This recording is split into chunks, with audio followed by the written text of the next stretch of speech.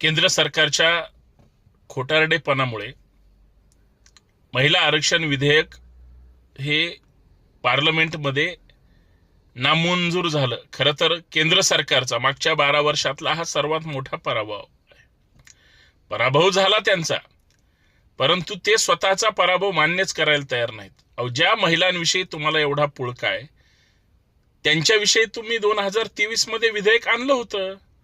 काय विधेयक लागू केलं गेलं नाही? का सह्या झाल्या नाहीत? का इम्प्लिमेंट झालं नाही?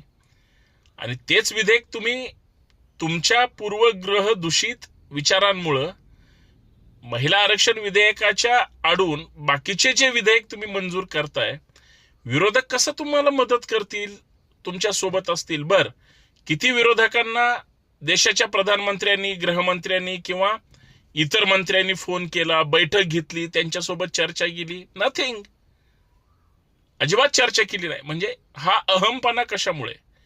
केंद्र सरकारच्या सर्वोच्च नेत्यांमध्ये जर अहमपणा असेल, घमंड असेल, विरोधकांना तुच्छ लेखत असतील, काँग्रेस संपली असं म्हणायचे तुम्ही.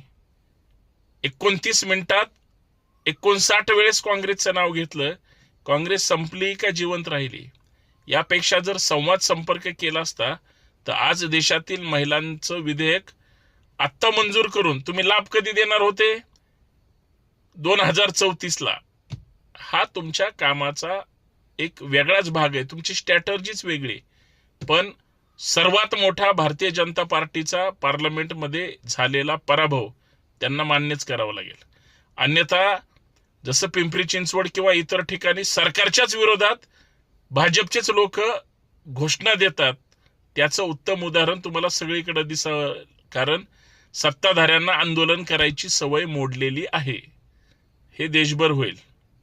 गर्वहरण नक्की असतं.